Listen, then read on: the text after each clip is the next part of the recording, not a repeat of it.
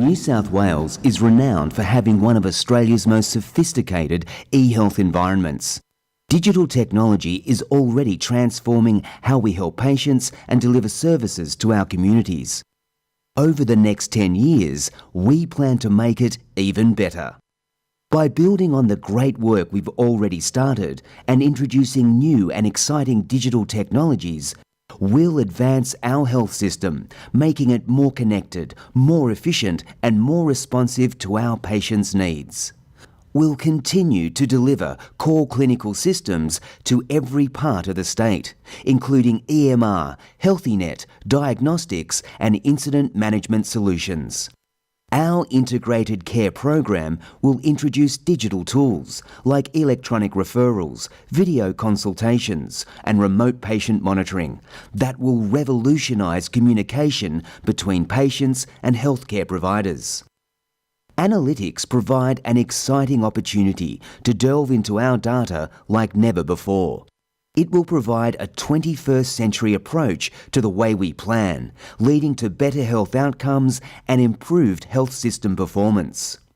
Seamless flow of information between core systems will mean clinicians get access to the information they need more simply and more easily, whether they are at the bedside or on the go. We'll deliver workforce and business management solutions that help us attract and retain the best people, and provide our managers and staff with the digital tools they need to drive efficiencies. None of this is possible without good infrastructure. The Health Wide Area Network will provide high-speed links to all local health districts. We'll also see more wireless networks across our facilities, including support for Bring Your Own Device. We'll continue to identify and invest in local eHealth innovation projects, wherever they are happening. We want to take your ideas and grow them so everyone can benefit. Best of all, it will be a team effort across the whole of New South Wales Health. Our planning and delivery will continue to be informed by consultation, partnership and collaboration. The eHealth strategy is a shared vision of our journey towards a digitally enabled and integrated health system delivering patient-centred experiences and quality outcomes. Join us as we take eHealth to new and exciting heights. Good afternoon, ladies and gentlemen, colleagues and friends, and welcome to the session on enabling eHealth and designing and building future-focused infrastructure. This session promises to awaken your inner geek and your inner builder. We heard this morning in the session with the Minister and the Secretary about the critical importance of modern, sophisticated, fit-for-purpose infrastructure as an enabler of the ongoing reform and improvement of our health system. There are two aspects to this infrastructure story. The built infrastructure, the wonderful new smart hospitals that are being built around the state, and the IT infrastructure.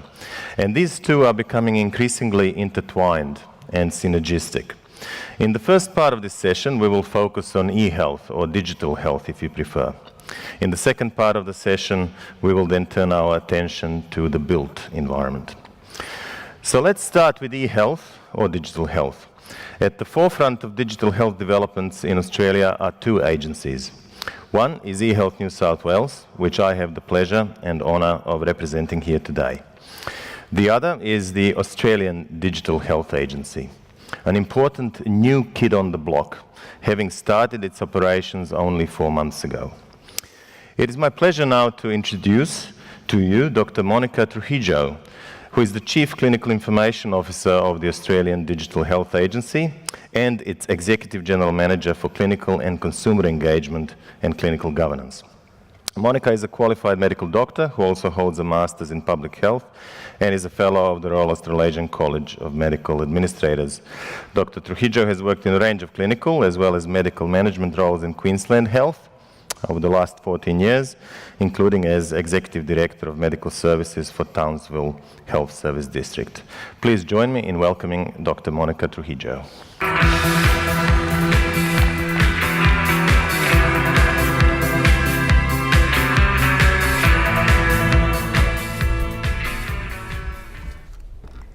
Thank you so much for having me. I don't know if this is meant to be the geek session, but I guess this is the geek speaking right now. So I'll channel my inner geek, as Soren said. I think the message in that is that data and technology is actually part of our lives every day. We use technology to shop, we use technology to...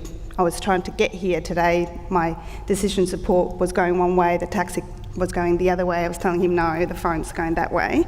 So the message in that is that we use technology in every aspect of our lives, and yet for health and our care of well-being, technology is one of those resources that really needs to be maximised. So to introduce, I'll talk a little bit about the Australian Digital Health Agency and the mission, because you're wondering what it is, and thanks, Soren, for the introduction. The agency is actually responsible for all national digital health services and systems, with a focus on engagement, innovation, and clinical quality and safety. Our focus is actually putting data, technology first and working for patients, for carers, for clinicians, and everyone in the health ecosystem. It was established it started operations July the 1st, so we are very much a new kid on the block. But for those of you who remember or recall, it came from what was the old National eHealth Transition Authority, plus some aspect of the digital health agenda from the Department of Health. So the 1st of July we started operations, and our first mission is to deliver this strategy for eHealth for Australia. So that's one big hell of a task. So how did we do that? Our aim in the agency is to actually do a co-production of what the strategy is about. So what I'm going to talk to you about is the process to actually develop the digital health strategy, and how each and one of you can actually influence that, have a say, and help in developing the future for our country. So I'll start on the current landscape, and Soren mentioned New South Wales, and I'll bring you a little bit back to the whole of our landscape and what we're looking at. So if you think about our current situation, we actually have 1 in 4 Australians described to be part of having a chronic disease. So part of that as well is 1 million Australians have actually been diagnosed with diabetes, and they're actually chronic diseases are the leading cause of all illness and death in Australia. But if we look at our future, we'll see that 1 in 4 Australian children are currently overweight or obese. Now, we have a current problem, and we actually need to design a system that will cater for the future, so that we actually have a future that is healthy and we can live healthier and happier lives. So a new way of working. The agency is tasked to a new approach to engagement, and for that, the first thing I want to do is my position. So my position was a completely new position, and I'm leading that clinician and consumer engagement into not only every aspect outside to what's happening, but into everything that we do inside the agency as well. For the development of the strategy, what we're doing is a complete new development of what we call our new engagement approach. And what that is we start with, the aim for us is to understand what Australians want and expect from a modern healthcare system. And for us, we believe that a modern healthcare system is the better use of data and technology. We also want to generate a positive discussion about how we can use data and technology to create happier and healthier lives. And you know, the video that came from New South Wales, that's a fantastic video, so well done. But that gives you an idea how that sense of common purpose amongst patients, carers, those that help the healthcare system can actually be enhanced by better use of technology. And that as well goes aligned with with a big mission that all of this needs to be based and goes to what you all are doing on good evidence. And so making sure that those policies and the programs are developed with a good, sound, evidence-based research. So how are we going to do this? We call this the National Engagement and Consultation Campaign. We've started with a Wave 1, and our Wave 1 is reaching to the peak bodies and the big stakeholders, like New South Wales, to say, how do you want to engage in the development of the strategy? We develop a plan, and then next week we go live with a broad consultation. So our campaign is Your Health, Your Say. In our website is conversationdigitalhealth.gov.au. And what this website will have, we have an ability to have a survey, and so people can go in and jump on and tell us what they want, but we also will have events. So we'll have a long number of events across the country, so I'll encourage you next week to jump online and have a look at that, where we actually hear from frontline healthcare professionals, for consumers, from their carers, about what they actually want. This will also be promoted through social media, and we'll actually be listening through all the aspects and be feeding that back onto our website. So if you've given us some feedback and want to know what is happening with the feedback, you can actually jump onto the website and have a look at what the feedback has been.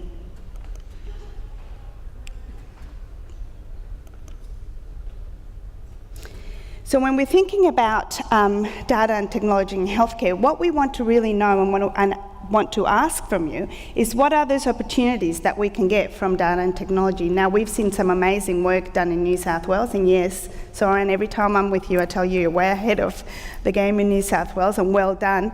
But also, what are the barriers to it?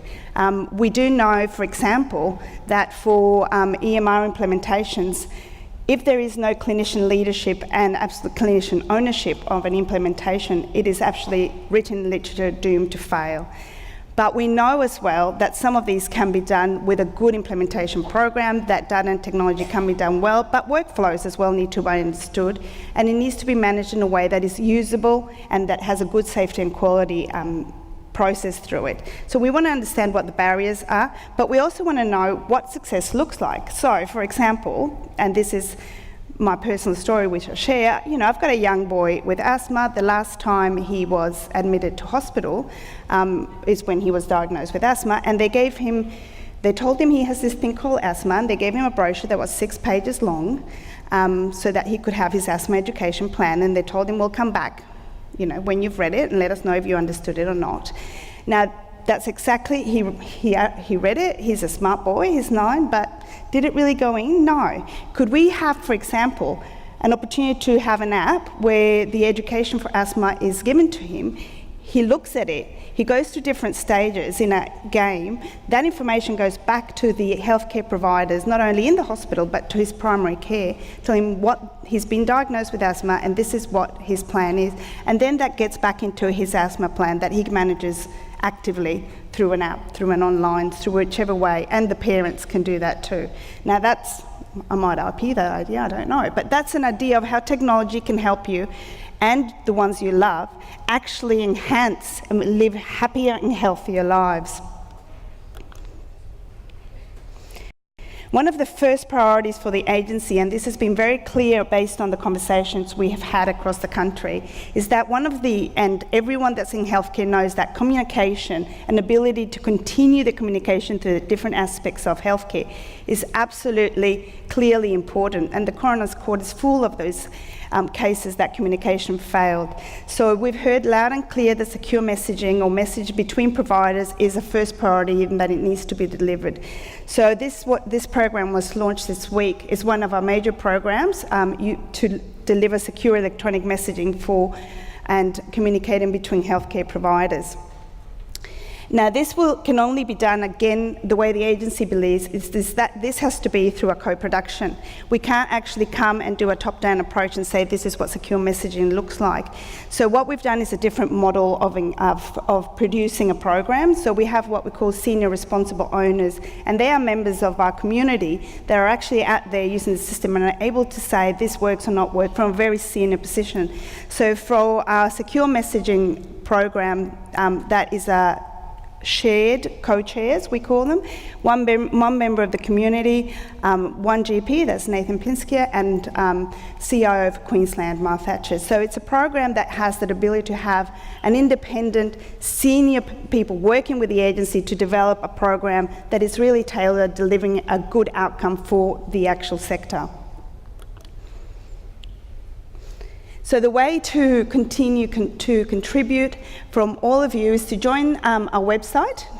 Next week it will go live, to look at the submission, to join the forums, to let us know if you belong to a group or a sector that actually wants to have a bigger, wider conversation. We're happy to tailor events, and follow us. on social media know what the rest of Australians are saying around digital health. The strategy will be a co-production, just like any of our other programs, and this will be what we see for our future. So please join the conversation.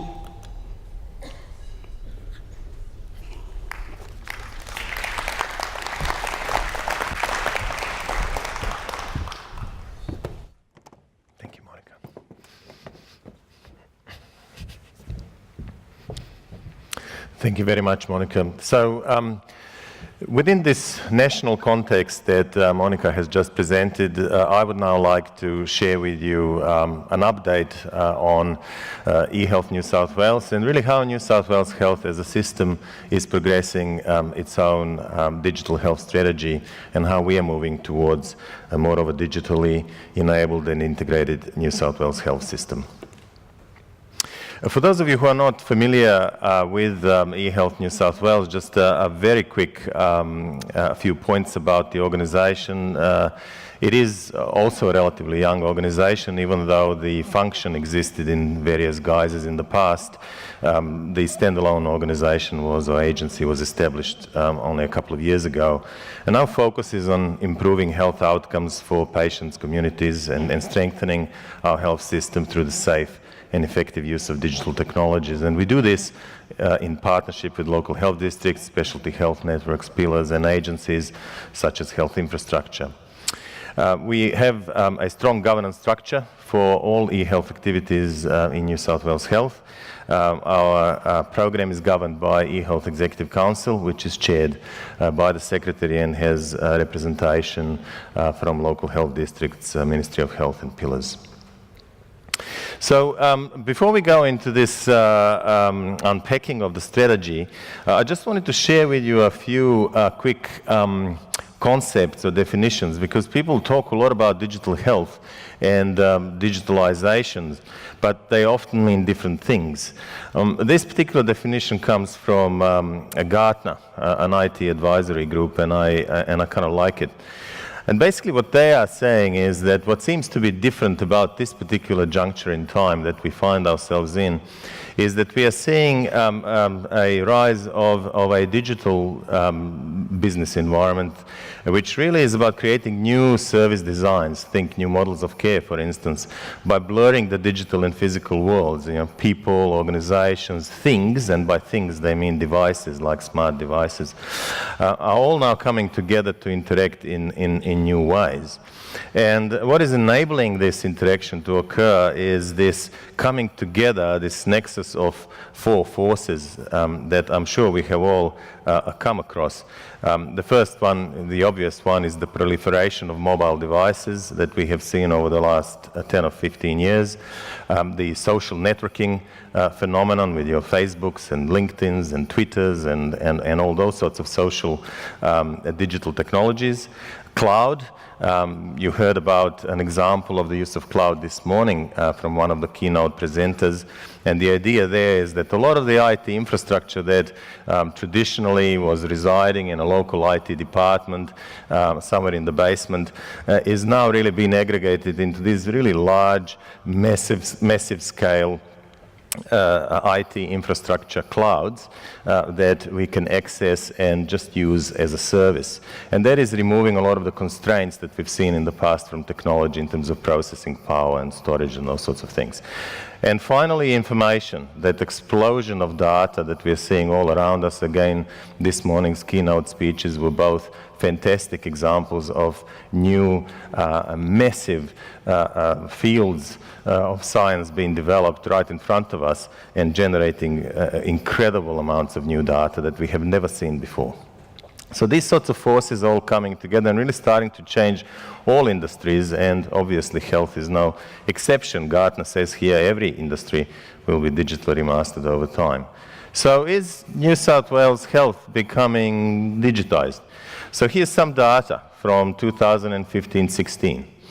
The Health Wide Area Network, our secure broadband network, was deployed to over 180 rural sites, bringing secure broadband networking to those parts of our state. StaffLink, our main corporate system, was successfully implemented and bedded down, providing 140,000 staff with access to HR data and processing some quite staggering volumes of transactions that you can see there. Electronic medical record, EMR2, was implemented at 140 sites in last financial year. Many of these were rural sites, thanks to fantastic leadership from the 6 rural LHDs who have banded together to really accelerate this journey. As of June this year, more than 73% of health employees were actually using EMR across our facilities to provide care. Electronic charts were opened more than 12 million times, which is a 30% increase over the previous year. And almost all of our hospitals were connected to the national My Health record through our integration layer called HealthyNet. And more than 900,000 electronic discharge summaries went to patients' GPs through secure messaging. We also had quite a few calls to our support desk. As you can see there, they were also very busy, and I like to use this statistic really just to illustrate that these systems are being used and relied on more and more by our staff. So I think digitization of New South Wales Health is well and truly underway. And picking up on that momentum, earlier this year the Minister released back in May the new eHealth strategy for New South Wales Health, which really is seeking to continue that journey and accelerate it in terms of the system-wide implementation. It is aligned with government's digital strategy for New South Wales and is really seeking to make our system fit for digital future by building that broad infrastructure across the state. The 3 initial focus areas are building our consistent digital foundations, moving to develop a safe paper-light, not paperless, but paper-light clinical environment for better value care, and then achieving continuity of care and improved health outcomes by enabling integrated care. So I've just used this slide here, which you can also see on eHealth's booth over there as a banner there, to just illustrate a few pieces of infrastructure and capability that are currently being delivered across the state. First, on the left-hand side, you can see our clinical hospital systems like our EMR, which is enabling access to comprehensive patient information and managing flows, clinical flows through hospitals. As I said, that has now been implemented in many of our hospitals, and building on that, we are now adding electronic medication management functionality. And also building some new specialty-specific, quite sophisticated software systems like our new intensive care system, ERIC. And it's probably a good opportunity for me to just pause and congratulate Mid-North Coast for becoming the first site in New South Wales at Port Macquarie Hospital to successfully implement ERIC. Well done, and thank you, Mid-North Coast team. So those clinical systems within our hospitals are becoming more widespread and being implemented progressively. But then looking outside of the hospital, perimeter of the hospital, we're building our health wide area network, and then using these networking infrastructures, we are starting to see acceleration of telehealth, again building on some excellent innovations that we've seen over the years in districts like Hunter, New England, Western New South Wales, and so on. So the example here is of a trial that we've currently got running in 24 residential aged care facilities in New South Wales, where we have the latest video conferencing equipment available so that nurses can establish a video link with the nearest ED and have a video consultation with ED specialists before they decide whether to transfer the resident into hospital, which is saving a lot of unnecessary transfers.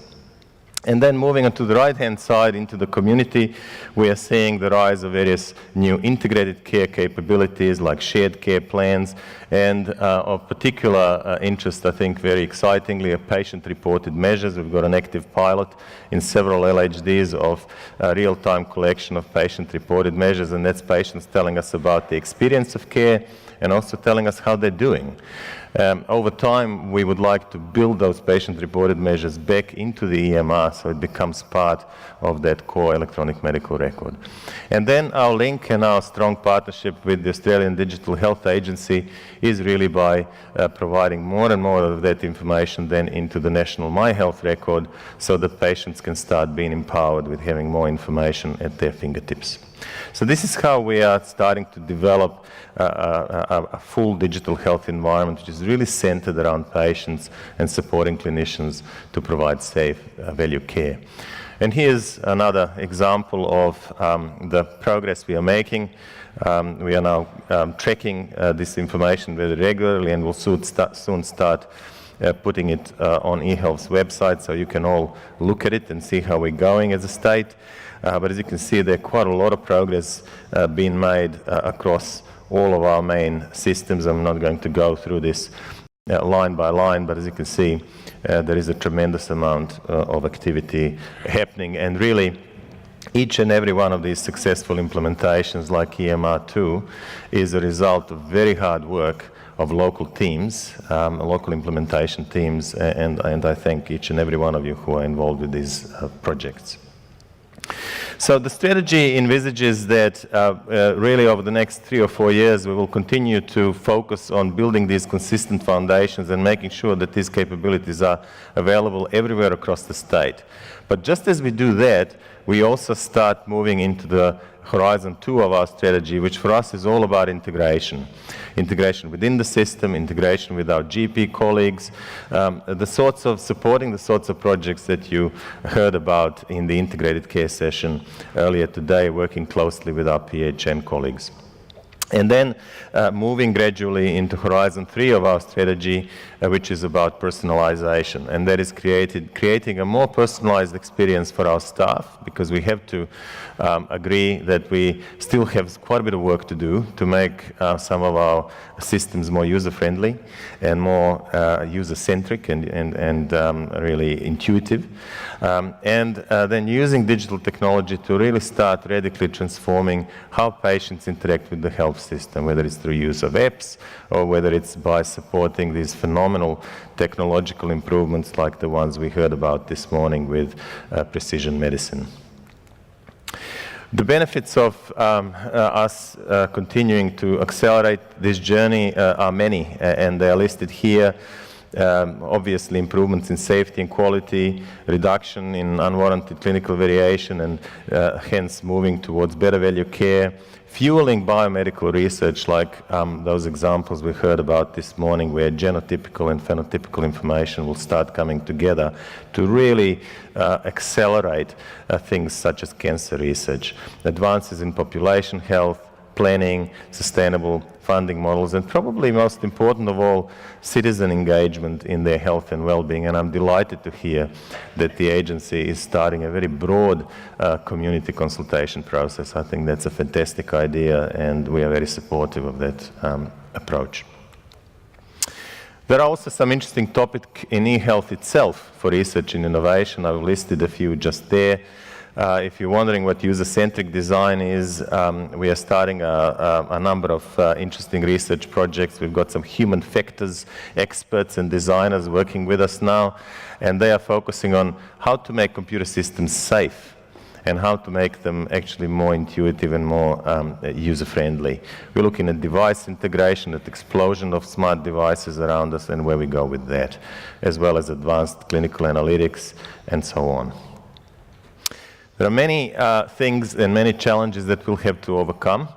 Yes, we are making progress, but I am also acutely aware that we still have quite a few basics to get right in terms of making our systems even more reliable, performing better, making them more available to our clinicians. We are obviously acutely aware of all of those challenges. But with these success factors in place, and in particular really deep clinical engagement and leadership, investment in local change management, and partnering with research community, with LHDs, with the industry, I think we can accelerate our journey and be really successful. And partnership with the Australian Digital Health Agency is going to be a key for us there too. I will not spend much time on this because Norman's giving me a hint here that my time's up. I just want to mention that one initiative where we are collaborating closely with the Commonwealth is the opt-out participation trial of My Health Record in the Nepean Blue Mountains. The trial started in July. It's a new model where every resident of the region gets a My Health Record automatically by default unless they opt out. Only 1.9% of people living in that region chose to opt out. So 98% are happy to have My Health Record. And as you can see there, the usage statistics start increasing dramatically, which is exactly what was predicted. If it is more available, then the clinicians are more likely to click the button and have a look, because they will actually find something useful in there. So we are encouraged. There will be a formal evaluation. The Commonwealth is currently undertaking an independent evaluation of the trial. And we're hoping that good things will come out of that, and that perhaps My Health Record goes opt-out across Australia next year. So my key messages are we have a clear direction and strategy for eHealth New South Wales. We are moving forward. We are accelerating progress through coordinated approach, and really thanks to fantastic support we're getting from our Minister and the government in terms of ongoing investment in health IT. But most of all, through building strong partnerships for ongoing innovation. Thank you. I can ask Monica to come back up to the stage, get your Slido out and start asking questions, and we'll bring them up. Can we get rid of the software update? That would be good. So, Zoran, rural and remote. Rural and remote feel unloved, clearly, from the 12 likes to that question. What's being done for rural and remote with poor internet and broadband? Well, actually, quite a lot is happening in the rural and remote. I mentioned the 6 LHDs who have banded together. So we have a rural eHealth program which started about 2 to 3 years ago. And involved considerable additional investment by New South Wales Health in lifting the networking capability in rural New South Wales, rolling out EMR at pace, and all those sorts of things.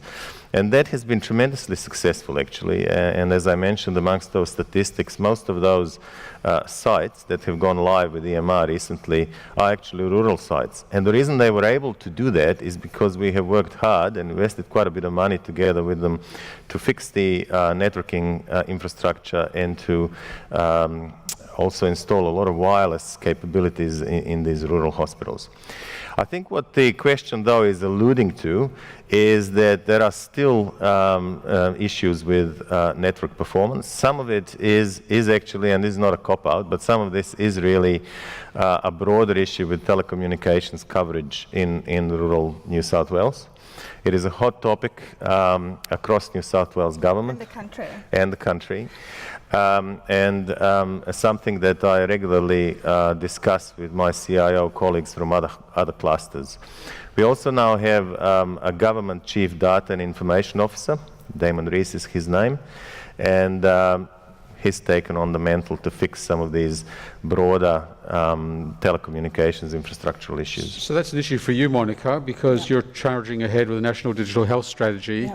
And what link has it to a national broadband strategy? Yeah, absolutely. And perhaps that's one of the things that needs to be a role of the agency to advocate for this and be one of those enablers of health, because we can do all we want, but if we don't have access to broadband out in areas, they won't be able to access. And really, technology can be one of those equalizers, because you do have people that can access different things, but if we don't have the ability to have that. I know Tim, our CEO, is very passionate about advocating for just the infrastructure to get right as well. That's what we're hearing from all our travels. So is this just pleading, or is there actual leverage at the federal level here, given we're spending all this money on digital strategies all over the place? There is leverage. I mean, to be brutally honest, and the rural CEs in the room will hopefully agree with me, because we've talked about this many times.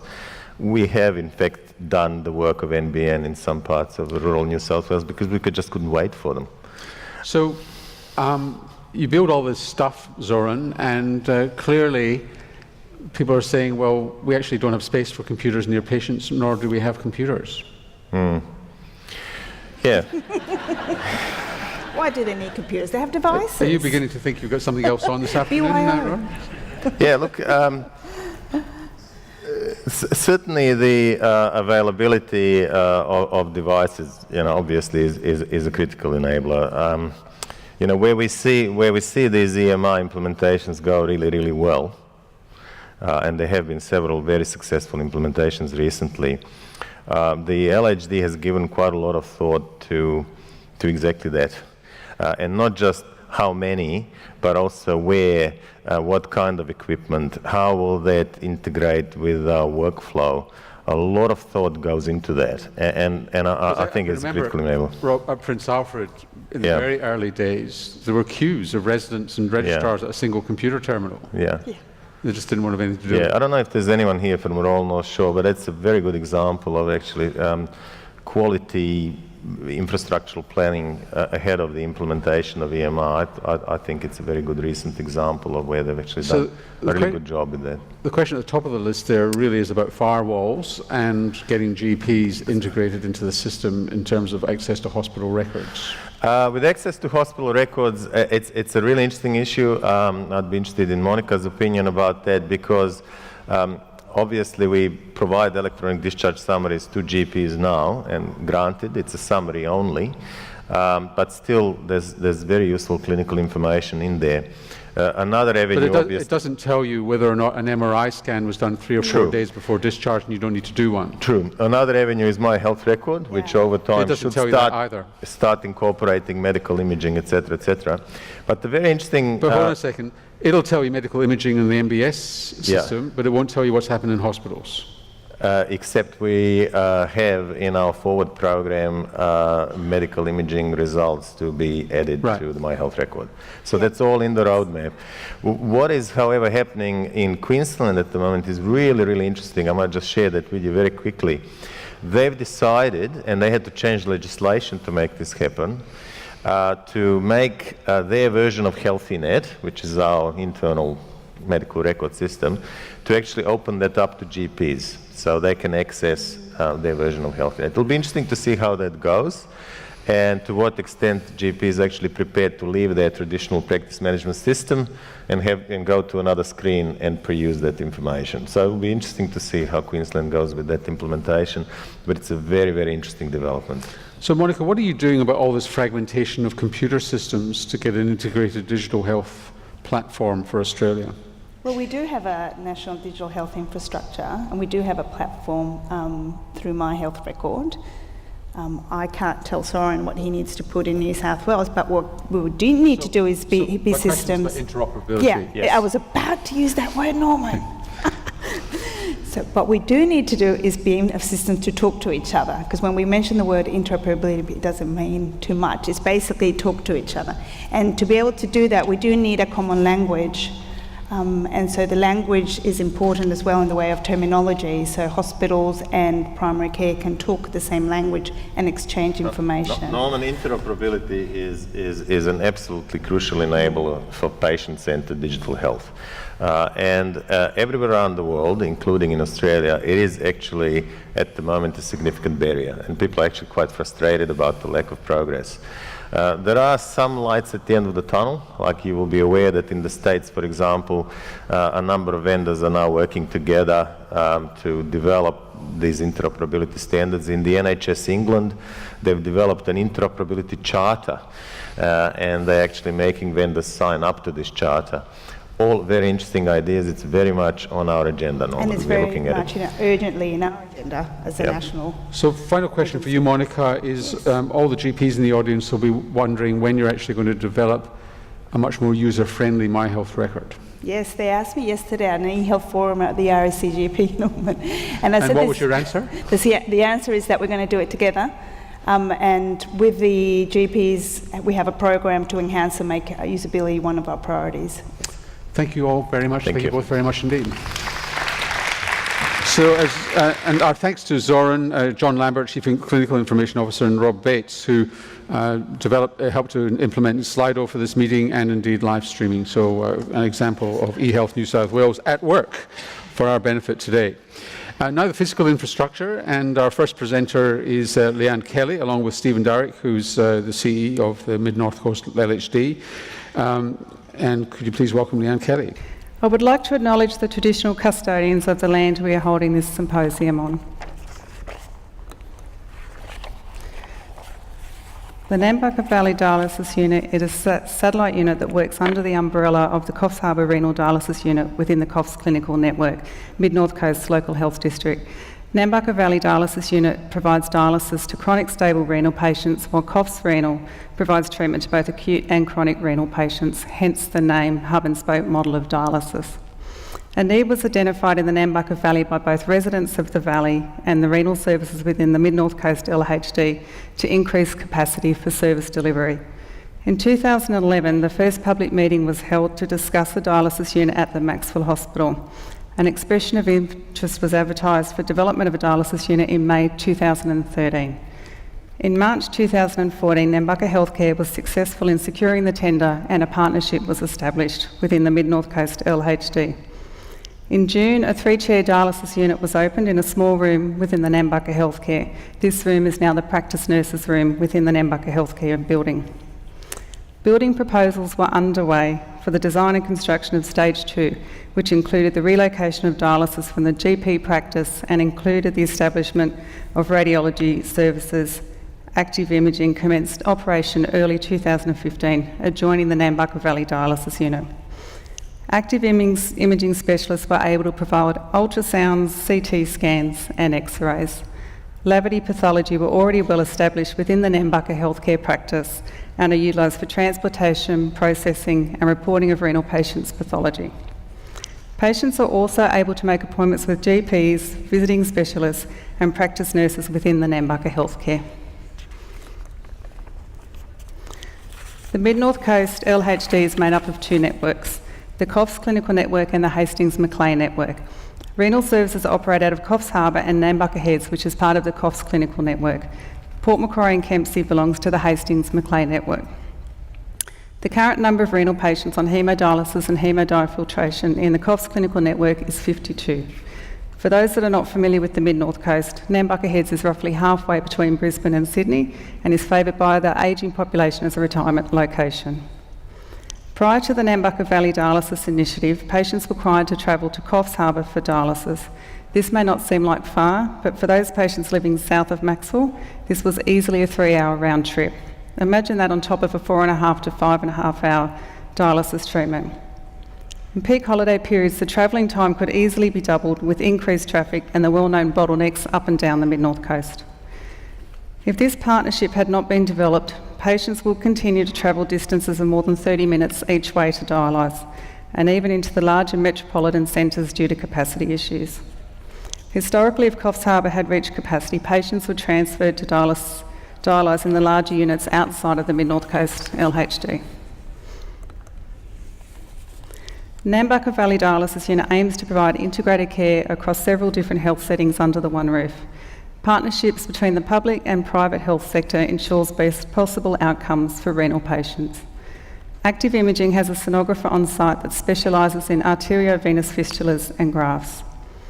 The renal nurses liaise with Active Imaging's receptionist to book renal patients in for arteriovenous ultrasounds at a time that is convenient for the patient. This may be on a day that the patient is attending dialysis or a non-dialysis day, depending on the patient's preference. Lavity Pathology is able to take patient bookings for ECGs and fitting of sleep holder monitors if required, which can be either done on a day of dialysis or a non-dialysis day. Pathology collection is also well coordinated between the staff at Lavity Pathology and the renal nurses.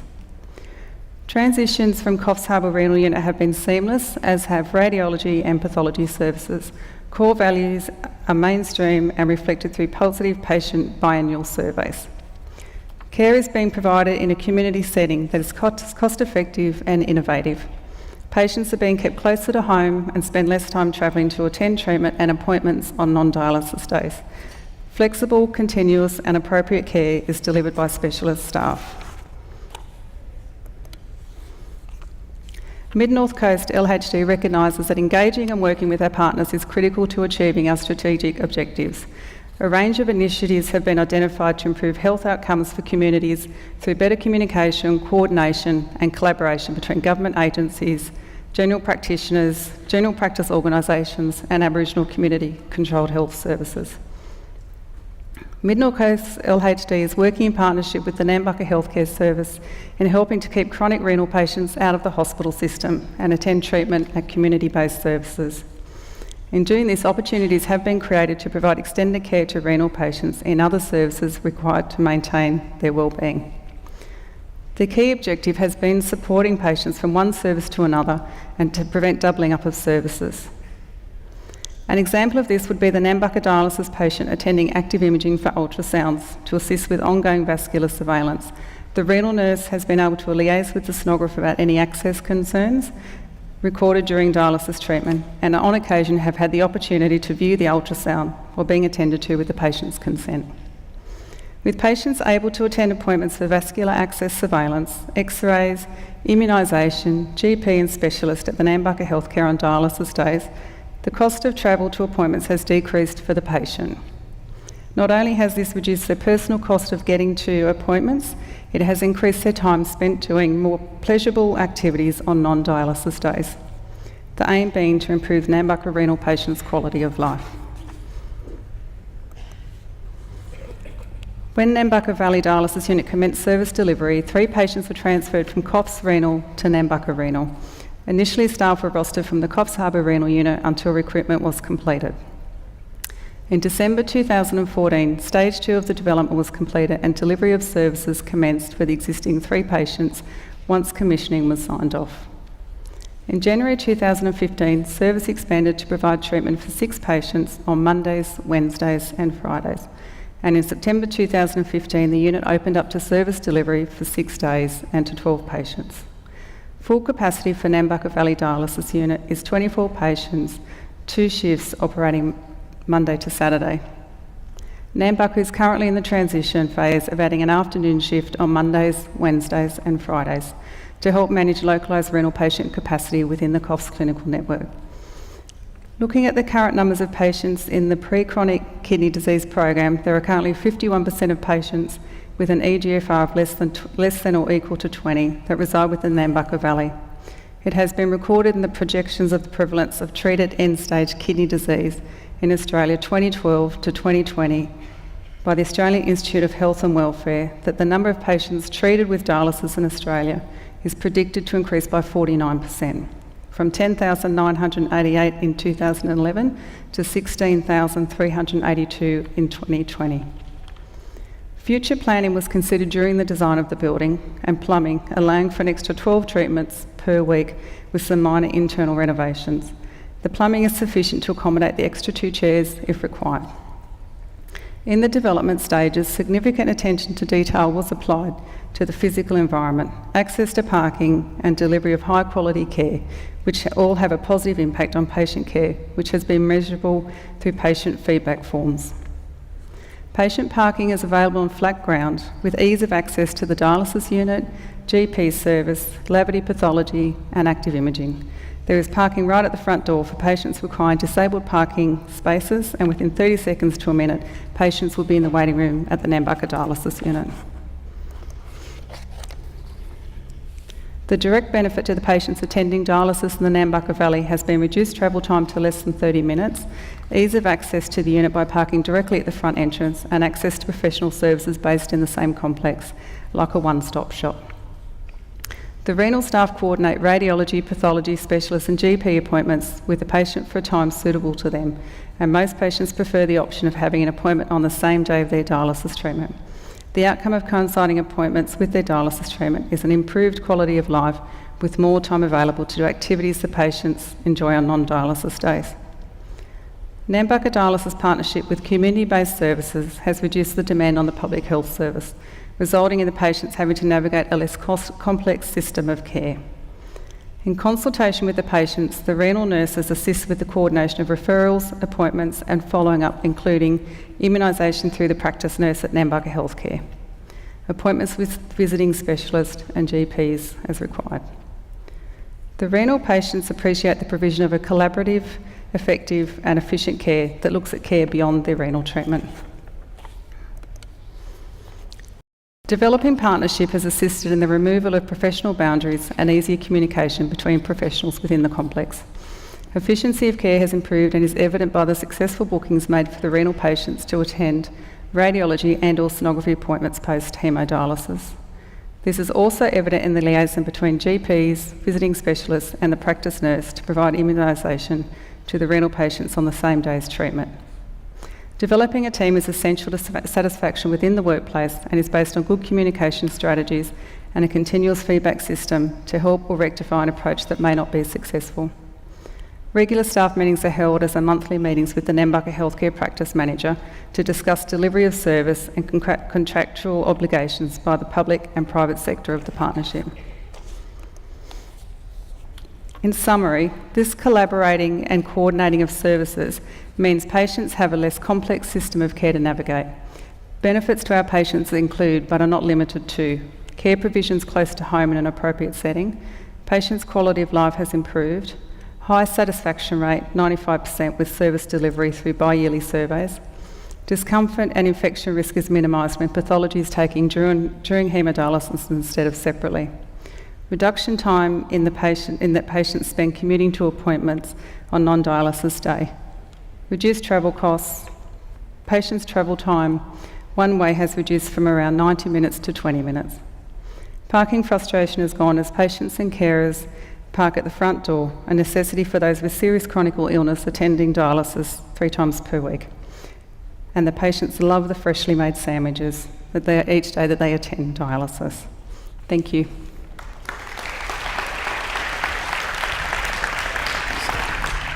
Thanks, Leanne. I'll promise to be quick. I guess out of personal tragedy comes inspiration. And the reason we have a dialysis unit in Nambucca Heads, which is a fantastic partnership with the community who invited us and allowed us to do it, was a passing away of a young man in the early 90s, Paul Freeman. And since he passed away, his mother has been on a inspired journey to work with health districts, health authorities to create a renal service in the Nambucca Valley. And Paul was just a young gentleman.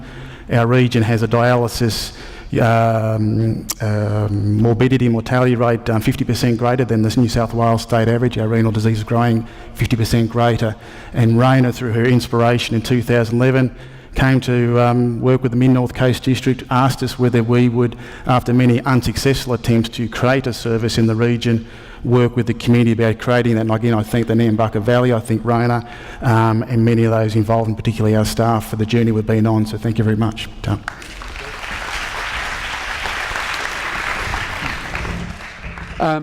And to introduce the next segment, I invite Danny O'Connor, Chief Executive of Western Sydney Local Health District, and Sam Sangster from Health Infrastructure New South Wales. Good afternoon, everybody. Danny and I are I was going to say we're the warm-up act, but I suspect that we'll get out of the way as quickly as we can and get the main show on. And we're delighted to have Andrew and Peter here today. The team's going to talk about Blacktown Mount Druitt and the incredible work, the incredible partnership that's been put in place around delivering a 37,000 square metre building and a $312 million spend. But it's not about that. It's about the deep partnerships that have been formed as part of that project. The HI team was living out there, and I think Danny and I have talked a few times actually. We're not quite sure which is our own teams anymore. They've become one team. We had a number of builders involved. There was about 5 different builders building different components, and a really significant range of new clinical outcomes were delivered, and the team will take you through those in some detail. But there's some other little metrics that I just wanted to add in there, and we talk about the partnerships that get formed, but nearly 3,200 jobs were created as part of stage 1 in the construction project. We talk about Aboriginal participation across health, and I'm really delighted that 6.2% of the workforce that delivered Blacktown was Aboriginal, and that was nearly triple what typically happens on most construction projects across the state. Nearly 73,000 hours of apprentices worked on the site, about triple what we'd typically see on most projects. You're going to hear about a world-class arts program shortly, but this building in and of itself is an art form. It's exemplified by the very nature and design of the building, and the hospital, the least hospital-feeling entrance that's manifested in Hospital Street that you can begin to believe. But wait till you see stage 2, it's even better. We have a technology program, and we've been talking about technology enablement. The team will take you through some of the amazing things that happen there. But the things that I think that I'm most proud of, and I know Danny's going to talk to it in a second, is about the incredible engagement that's gone on with the community, clinicians, everybody who worked at the site. And one of the things that I want to end with is that collaboration really is a body contact sport. The team has absolutely got up close and personal with a whole range of people, and that's why it's been successful. Danny. So how much contact? Well, a lot. My people, my staff, experienced over 10,000 episodes of engagement in this project. We had over 1,000 individual patients, consumers and carers involved in this project, and in fact they will continue to be involved in this project in stage 2, over 1,000 individuals. We had over 1,000 meetings, project meetings, between my staff and Sam's staff, and yet they continue to work together. That doesn't include the meetings that occurred off-site in other sorts of premises. We had over 200 publications of our weekly updates, and in fact we very much look forward to those updates, and those updates were really critical in informing everybody else about the story of what was attempting to be achieved here. It was a story about a place where great care could occur, very much informed by clinicians and consumers about their preferred way of interacting with one another to get the best experience of care for patients. Sam and I made a contribution, but boy, so much of the work that was done to accomplish what has been accomplished was done by the guys here, and they're going to talk about some of that with you shortly after a video. The Blacktown Mount Druitt Hospital expansion program was unique and innovative in involving consumers in its design and development. The acknowledgement by senior management of the excellent input of consumers has been really good for us and long-term for the development of the facility. The patient lounge is a perfect example of the flexibility of new consideration, new thinking. The carer zones are part of a single room with the patient. The results that we've seen so far shows that the patients and their carers find this just a wonderful environment to get well. And it also provides an opportunity for the patient and the carer to be educated in different aspects of the patient's care. I used to have to sit around and wait. Now that the digital kiosks have been installed, I can just swipe my Medicare card and go and have a cup of coffee, and then they will give me an SMS on my mobile phone. The arts program here is reflective of the very diverse community that we have in Blacktown. The redevelopment project has had a feel of being people-centred right from the beginning. It does bring that whole feel of being all about the patients and their carers. We were part of the team that designed the hospital, and we are now seeing the benefits of our involvement. You walk through the front door and you think, this is our hospital and we belong with it.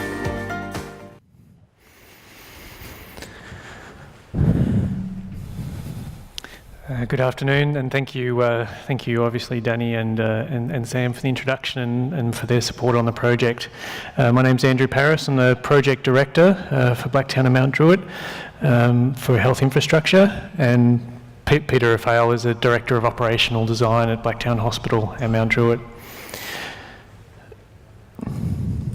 Briefly, I'll just give you just a bit of context and overview of the overall project. It's basically broken into two stages. Overall, we're over $700 million. We're on 2 hospital sites across both Blacktown and Mount Druitt. Stage 1's delivered approximately 180 additional beds, which is a very high priority for the district, relieving pressure on services, new cancer, cardiology, respiratory and aged care, and also a new subacute mental health unit at Blacktown Hospital. All the works, including the main clinical services building, were completed in April this year, and now they're live and operational.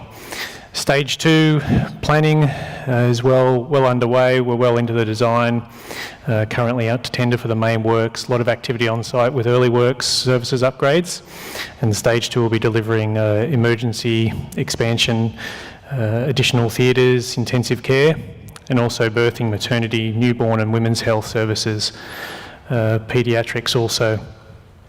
There's a range of other services that will be delivered, new services at Mount Druitt, including renal dialysis, drug and alcohol, a new MRI and additional theatre capability at Mount Druitt. Overall, the project is due for completion in 2020.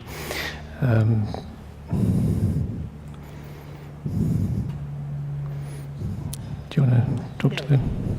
So I think there's a couple of really key characteristics of the expansion project which we want to share with you today, and that's mainly around the partnerships and the collaboration and the engagement that we had.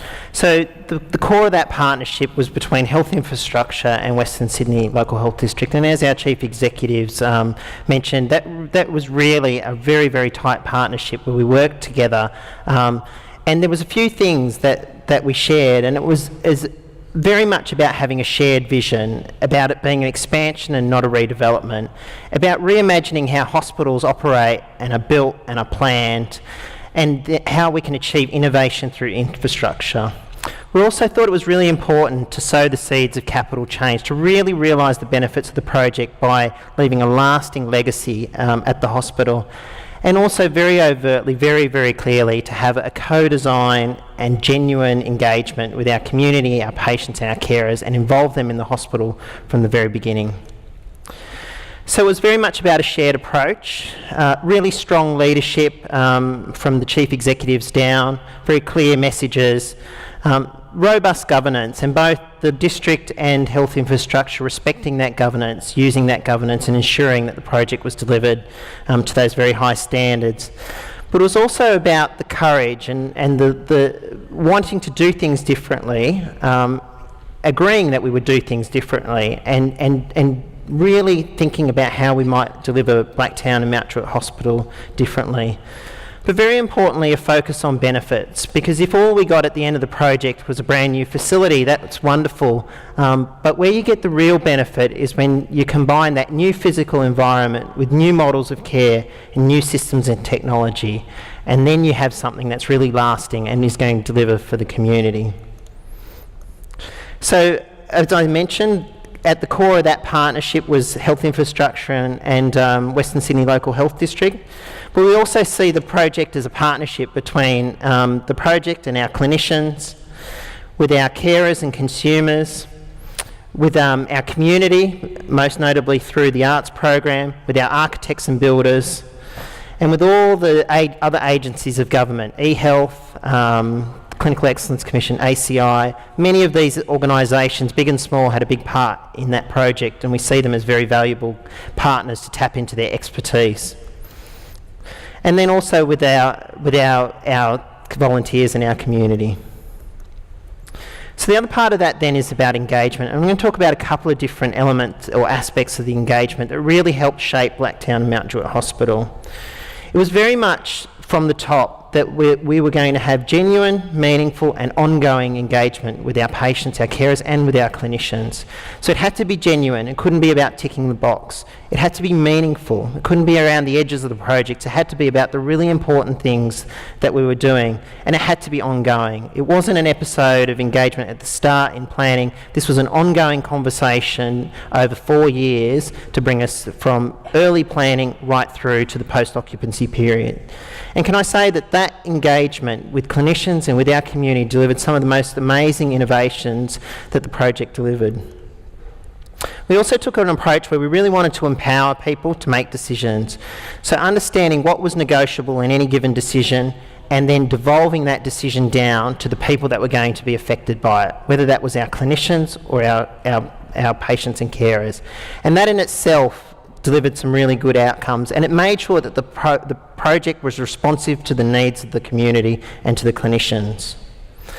We took a co-design approach, so patients, carers, sitting with clinicians and our architects and builders, doing the design, planning the models of care. And again, that really had a very profound impact on the outcomes, and I think you can see in some of the things I'll show you in a moment. And finally, tying it all together, a really robust communication, contemporary, meaningful, very open, and very much about people. More than anything, even though this is a building project, this is really a project about people, about patients and carers and clinicians and what we can do for them. So we used that communication, one would almost say aggressively, to tell the story that we were trying to achieve about this project and the wonderful changes it was going to deliver. So some of the innovations that we achieved through the project. So the design of Blacktown Hospital is clearly an innovation. It really came from consumers who told us that a hospital doesn't have to be white. And anyone that has been to Blacktown Hospital will know that it really is the most extraordinary design and doesn't really feel like a hospital at all, and so it shouldn't. We had things like the carer zones and a whole range of other carer initiatives. So a carer bedroom within the single patient room, we've got 40 of those. It was a program that was initiated by carers and consumers, delivered by the project, planned in partnership with them, and has really delivered some really outstanding results. We had initiatives like our chemotherapy lounge, reimagining how we do some of these most basic of services. Again, suggestions from patients and carers, delivering real innovation in design. A whole range of digital innovation, so reimagining how we do outpatient services, electronic medical record, and a whole range of other things. And finally, the arts project. Over 500 community members, 20 local artists and international artists, and 16 major partners delivering something that makes Blacktown Hospital absolutely about Blacktown Hospital. Lastly, I just want to say that one of the lasting legacies of this project will be the culture that this is creating, a culture of innovation and real patient-centred care. And I think anyone that comes to Blacktown Hospital will know that's what you walk away with, that this is a different kind of environment, and our infrastructure projects can really deliver real innovation and changes to the way we do our business. Thank you very much.